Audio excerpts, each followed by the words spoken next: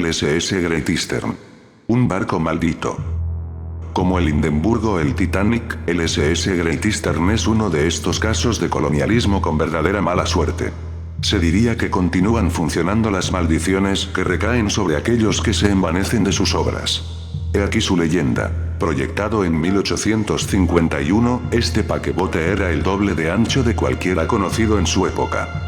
Su desplazamiento era 4 veces superior y el tonelaje total 5 veces por encima de cualquier aparato que se atreviera a cruzar los mares. Era un verdadero gigante, destinado a ser maldecido por el diablo. Tendrían que pasar más de 40 años antes de que algún barco construido por mano humana se aproximara o igualara las dimensiones del Great Eastern en su época. 8 masivas máquinas de vapor movían el monstruo. Los pistones tenían un diámetro de 6 pies. Aparte de aquel increíble despliegue de energía a vapor, el barco llevaba 6.500 yardas de velas auxiliares, 6 mástiles hechos con árboles que superaban los 115 pies de altura y 5 chimeneas que parecían pozos sin fondo. Fue considerado como el primer barco insumergible del mundo por el sistema revolucionario de compartimientos estancos. Su sistema telegráfico tenía tantas ventajas que el Great Eastern sería como un campo de experimentación para él mismo. Sus insaciables cavernas que parecían cavadas en los abismos de una negra montaña albergaban suficiente combustible como para nutrir a una pequeña ciudad de 20.000 habitantes por todo un año en invierno. Los camarotes de los pasajeros estaban iluminados por lámparas de gas, pero la cubierta superior tenía lámparas de arcos eléctricos.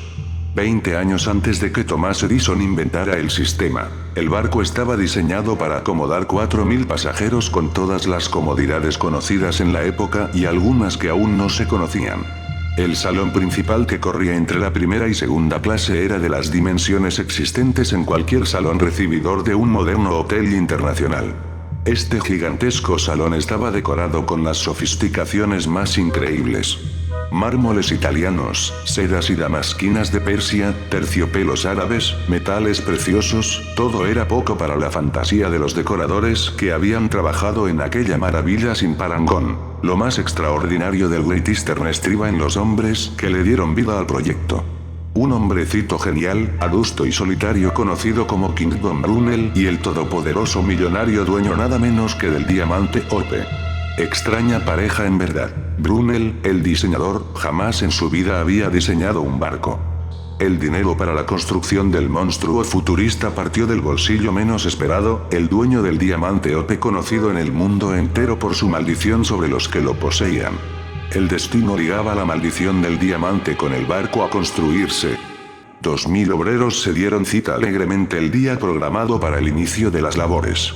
El astillero se había situado en la isla de los perros a un costado del Támesis. Día y noche retumbaban los martillos de 300 operarios, colocando los clavos de 1 pulgada en grueso a fin de unir las descomunales planchas de acero.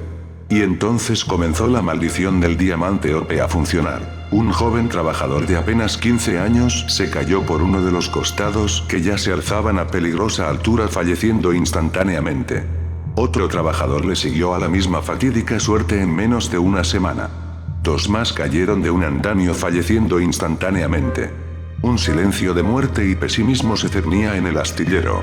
Los obreros no se atrevían a mirarse entre sí y expresar sus pensamientos. Los periódicos de la época se apresuraban a proclamar que el diablo maldecía a todos aquellos que se acercaran a la construcción mediante el diamante Orpe. La construcción disminuyó en su ritmo vital, pero no en su impulso. El barco tenía que ser construido en el tiempo marcado a como diera lugar y así sería. Y continuaban las fatalidades. Uno de los ejecutivos de la compañía encargado de vender acciones de la misma moría de repente sin causa de por medio en plena sesión comercial. Las acciones caían de su mano al suelo entre espasmos cuando fallecía, como presagio de lo que le esperaba al Great Eastern. Un visitante que se encontraba demasiado cerca de la construcción caía al suelo con la cabeza reducida a pulpa por una de las grúas ante la aterrada mirada de los trabajadores que nada podían hacer. Todas, absolutamente todas las muertes habían sido instantáneas. Y para colmo de desgracias, una tarde a la hora del cobro se notaba la pérdida de 2 trabajadores que colocaban remaches en las paila interiores. El capataz mandaba a buscarlos pensando que simplemente se había retrasado. Nada más lejos de la verdad. Los dos trabajadores se habían esfumado. Jamás volvieron a verse. De allí en adelante la atmósfera era de pánico en el Great Eastern que ya tomaba forma. Comenzó a correr el rumor que, debido a la urgencia de la construcción, ambos trabajadores habían sido sellados vivos en uno de aquellos paneles estancos. La compañía se apresuró a desmentir este rumor catalogándolo de infundado y malicioso. Pero lo cierto era que los trabajadores habían desaparecido sin dejar rastros. Y por fin llegaba el ansiado día de la botadura oficial. En ese día la hija del millonario banquero Ope estaba supuesta a amadrinar el barco con la clásica botella de champán. La señorita Ope alzó la botella sobre la borda y antes de que tuviera el tiempo de estrellarla bautizando el barco, este se desplazó ominosamente en las sólidas cadenas que lo sujetaban. Ante el griterío de la inmensa multitud que se congregaba en el lugar, el coloso de acero se doblaba hacia un costado aplastando vidas humanas. Dos hombres se ahogaban en las sucias aguas del Támesis tratando de escapar a la ominosa masa que se inclinaba. Una veintena más era reducida a papilla. El cuadro no podía ser más espantoso: aves, aullidos de terror agónico, borbotones de sangre que escapaban bajo el costado del monstruo. Ese fue el bautizo que recibió el barco más grande del mundo, el bautizo de la sangre humana. Un mes habría de transcurrir antes de que se acallara el escándalo suscitado en todo Londres. Los periódicos volvían a la carga con renovados bríos, mostrando a la hija del banquero Ope con una mirada de consternación y la botella de champaña alzada en su mano derecha mientras que el barco se inclinaba. Después la lista inacabable de los descuartizados. Al mes exacto se realizaba un nuevo intento de botadura en el Támesis. La multitud acudía en cantidades aún mayores que la primera vez, todos querían ver la siguiente etapa de la maldición Ope sobre el Great Eastern. Poco tardarían en saciar su curiosidad. Evidentemente, bajo el excesivo peso de la multitud, uno de los muelles cedía aparatosamente sepultando en el agua a cientos de espectadores. Entre los gritos de auxilio se olvidaba la botadura del inmenso monstruo, mientras que los equipos de rescate alineaban en los muelles cercanos los cadáveres ahogados de más de 100 espectadores. De allí en adelante todo el que pasaba cerca de la isla de los perros se hacía la señal de la cruz, como si el mismísimo demonio habitara en las entrañas de aquella masa negra que permanecía inmóvil en el astillero. Este golpe fue demasiado para el hombre responsable indirecto de tanta sangre. El corazón de Brunel falló de repente y tuvo que ser internado. Casi 2 meses más tarde se lograba al fin lanzar el hosco barco al agua grasienta y aún sangrante del Támesis. Era el 31 de enero de 1858. Para entonces la compañía Eastern Ocean Navigation se había declarado en bancarrota y una nueva compañía era formada con urgencia tras buscar nuevos accionistas. Seguían las inexplicables desgracias. En una noche completamente en calma, el Great Eastern, sin motivo aparente, rompía 2 de sus numerosas amarras y se balanceaba peligrosamente en el centro del Támesis. Los aterrados barcos menores escapaban a toda máquina mientras que la inmensa mole giraba en redondo como un perro sediento de sangre. Finalmente, tras un par de accidentes con heridas superficiales en curiosos, se lograba dominar al barco. El gigante homicida permanecería en sus amarras casi 2 años antes de que se lograra reunir el suficiente capital como para iniciar sus viajes. Ya para entonces el Great Eastern era parte de la leyenda londinense, tal como podrían serlo los guardias reales o los fantasmas en las viejas casonas embrujadas. El 9 de septiembre de 1859. Un enfermo, moralmente destruido y melancólico Brunel subía al inmenso barco para su prueba final antes de dedicarlo al transporte de pasajeros.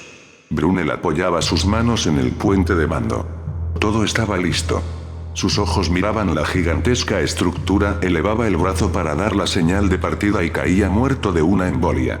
Tras de este último presagio ya nadie guardaba la menor duda de que la maldición de los infiernos había caído sobre el barco. El sacerdote daba los últimos toques a la ceremonia en el cementerio. El ataúd de Brunel era alzado para después bajarle a la tumba cuando una terrible explosión se dejaba sentir en todo Londres. Una de las 8 pantagruélicas calderas del Great Eastern había reventado en 1000 pedazos. 9 hombres que trabajaban en Great Eastern eran reducidos a llamas vivientes y se cocinaban vivos. 14 más pasaban a los hospitales a punto de morir. Y todo esto en pleno entierro de Brunel. Pasarían 2 meses antes de que la compañía lograra aplacar los ánimos de una forma parcial. Los periódicos pedían a voz en cuello que se libraran de aquel diabólico monstruo. Los pasajeros se negaban a embarcarse en el Great Eastern. En un viaje de prueba el primer maquinista perdía la mano en una caldera. Todo estaba preparado para el fantasma del Great Eastern. Durante días los tripulantes se habían venido quejando de unos extraños martilleos que se escuchaban en los pasillos. El mismo capitán los había oído en noches insomnes y nadie sabía a ciencia cierta de dónde procedían los mismos. Los más espantosos rumores comenzaron a escucharse entre la marinería. Una parte de ellos decía que los mismos se debían a que las paredes estancas de acero estaban cediendo. Que era una cuestión de días el hundimiento. La mayor parte decía que se trataba de aquella pareja de obreros supuestamente empalada viva en las entrañas del barco. Lo cierto es que el martilleo seguía incesante, terrorífico. La tripulación del barco terminó por amotinarse. Los motines y disturbios fueron tan violentos que la mitad de la tripulación tuvo que ser colocada tras las rejas. El 21 de enero de 1860 el capitán Harrison, varios de sus más fieles oficiales y un niño de 9 años abandonaban el barco en una misión rutinaria. Aún no se habían separado media milla del mismo cuando, de forma inexplicable, el bote en que viajaban era presa de un remolino volcándose. El capitán Harrison, 2 de sus oficiales y el niño perdían la vida en las turbias aguas del Támesis. Era el primer caso en la historia en el cual un capitán no podía tomar posesión de su barco, aun cuando llevaba más de 1 año y medio a bordo del mismo. El 17 de junio de 1860 el Great Eastern lograba el permiso para abandonar el puerto. Era el primer viaje con pasajeros del monstruo siniestro y criminal. Para esta travesía solo pudieron encontrarse 36 pasajeros a pesar de los precios de liquidación que ofrecía la compañía propietaria. Viajar en el Great Eastern era sinónimo de muerte. Los pasajeros eran despedidos por familiares y amigos como si marcharan directamente al infierno. Más que un viaje de placer lucía que los infortunados 36 seres humanos se disponían a viajar en la barca directa al infierno. En el primer día se decidió probar el inmenso velamen que hasta aquel momento y en casi 3 años y medio no se había movido. Las 6.500 yardas de velas tardaron más de 6 horas en ser desplegadas, solo para encontrarse que la mayor parte de ellas estaban inutilizadas. Definitivamente no se podía contar con el velamen. Esta perspectiva no era nada agradable para el nuevo capitán John Binehall, porque su experiencia le decía que podían necesitarlas en cualquier momento. Y esto sucedió muy pronto. Las máquinas fallaron al siguiente día de la prueba con el velamen. El ominoso presagio del capitán se había cumplido. Por 3 días la increíble mole viajó al garete de un lado al otro, a merced de las fuertes corrientes del lugar. En aquellos momentos, si se hubiesen cruzado con otro barco, hubiese sido imposible evitar la colisión. 3 días de angustias vivió el capitán Binehall, pero en ellos se dio maña en distraer a sus escasos pasajeros con conciertos de violín y piano, mientras la negra mole viajaba al rumbo entre una espesa neblina. El gran salón principal, orgullo del Great Eastern, se descubrió al 5.º día que no podía ser usado. 2 de las chimeneas principales corrían por él, cubiertas por una espesa capa de decoración, pero cuando las chimeneas funcionaban el calor era tan insoportable que aquello se convertía en un horno. Como bien recalcó un pasajero en el viaje, el gran salón, decorado en rojo terciopelo, parecía la antesala del infierno en aquel calor diabólico. El 25 de junio un tripulante se volvió loco de repente. Saltó sobre los pasajeros y miembros de la tripulación, hiriendo a varios de ellos con un filoso cuchillo y con obscenidades, clamando que respondía a órdenes divinas. Tuvo que ser reducido a la impotencia tras dejar un mar de sangre en la cubierta y encerrado a cal y canto por el resto del viaje. Finalmente llegó a Nueva York. Era el último día de junio. La pesadilla del viaje tenía que tener un final de acuerdo a las circunstancias. El barco fuera de control se precipitaba contra los muelles y la multitud que le aguardaba. Los gritos de bienvenida y las risas de los americanos se transformaban en chillidos de espanto y llaves de dolor, mientras que la descomunal proa partía cuerpos humanos como la guadaña de la muerte. Sin embargo, el pueblo americano desconocía o ignoraba la reputación de maldecido por el diablo que seguía al barco. En derredor del mismo se organizaban todo tipo de fiestas, expendidos populares y hasta ferias. En el centro de este tumulto, que ya duraba una semana, sucedió lo que podía esperarse de su fama. Mientras que la multitud bailaba y se divertía sobre el aserrín fresco puesto en los lugares embestidos por el barco, para cubrir las manchas de sangre, estallaba un incendio en el muelle principal. De nuevo las risas y las fiestas se convertían en un sálvese el que pueda. Lo que es más, la conflagración amenazaba con llegar a las cavernosas fuentes de suministros del Great Eastern. Esto hubiese significado una explosión como jamás se conociera en la historia de la humanidad. Tras una enconada lucha por el departamento de bomberos se lograba dominar el siniestro, no sin que antes 9 bomberos pasaran al hospital materialmente achicharrados vivos. Tras de una infortunada gira en la cual el Great Eastern tomó 2000 pasajeros para cruzar hasta New Jersey, en la cual hubo de todo, el Great Eastern estaba dispuesto para volver a Londres. Esta vez 100 pasajeros viajaban a bordo. El viaje de vuelta no transcurrió sin incidentes. Hubo un par de muertes. El barco embistió un pequeño remolcador mandándolo al fondo del mar y uno de los directores de la compañía que estaba a bordo murió de un ataque al corazón. En el verano de 1861 el gobierno inglés decidió usar el Great Eastern como transporte de tropas desde Inglaterra hasta Canadá. Junto con las tropas iban como pasajeros 473 mujeres y niños. 400 en la tripulación y 122 caballos. Esto sin contar con la tropa que totalizaba casi 3000 soldados. El primer día del viaje se caracterizó por un inesperado motín que no parecía tener motivo, aparentemente la tropa deseaba a las mujeres, lo cierto es que hubo más de 10 muertos y de nuevo la sangre corrió como agua por la cubierta superior del monstruo maldecido. La armazón del Great Eastern fue incapaz de evitar un glaciar que abrió un amplio hueco en sus costados y que de paso mató una gran parte de los caballos en la segunda cubierta. El ejército inglés se dio prisa a cancelar su contrato para transportar tropas en el Great Eastern, destruyendo las esperanzas de ganancias en la compañía al borde de la quiebra. En septiembre de 1861 se logró completar un nuevo viaje hacia Nueva York. 400 pasajeros decidieron correr el riesgo de viajar en aquella masa de muerte y destrucción. Solo para encontrarse que habían cometido el peor error de su vida. A merced de una tempestad fuera de temporada, los 2 viajes del Great Eastern habían tropezado con tempestades no previstas, el barco perdió sus paletas impulsoras. Una chimenea explotó. El gran salón quedó a merced de los pesados pianos que se movían de un lado al otro como toros enfurecidos, destruyendo toneladas de cristalería y tapicería. Los pasajeros sufrieron más de 100 bajas entre lesiones físicas y enfermedades aun cuando ninguno llegó a morir. Aterrados, se amontonaban como cadáveres en un rincón del segundo salón, mientras que la carga libre de sus ataduras corría por los inmensos pasillos, destruyendo y aplastando todo lo que encontraba a su paso. Las vacas vivas que se guardaban bajo cubierta para ser sacrificadas se soltaron y arremetieron contra todo aquel que se le cruzaba en su camino. El cuadro era dantesco, las luces fallaron. En verdad podía compararse fácilmente con el infierno del Dante, y al final de este horroroso viaje la tripulación volvió a amotinarse en el medio de la tempestad. Los quejidos de los heridos, la sangre corriendo por los mármoles, la carga destrozando todo a su lado. Y los animales embistiendo con los hocicos llenos de espuma sanguinolenta en la más completa oscuridad completaron el cuadro psíquico. Los dementes eran cazados a tiros en la cubierta. Los vivos luchaban entre sí por botines en los camarotes. El más espantoso caos reinaba en el barco en tinieblas y sin control en pleno océano.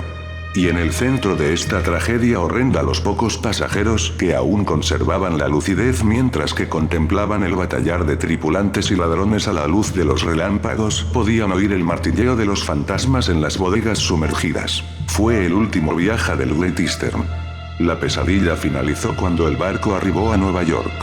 Los pasajeros abandonaron el Great Eastern solo para buscar abogados inmediatamente y poner pleitos por decenas. Esta vez el Great Eastern no tuvo tanta suerte al entrar en Nueva York. Su masivo fondo de acero se rajó como la cáscara de un huevo al tropezar con una roca sumergida en la bahía de Long Island.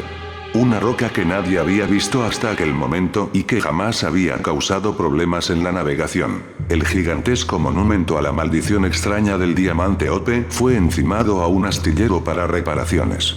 Los obreros que trabajaban en el casco apenas duraron un día, hasta que los martillazos misteriosos se dejaron sentir en los recónditos paneles sellados. El capitán se rió de esto, hasta que los oyó por él mismo.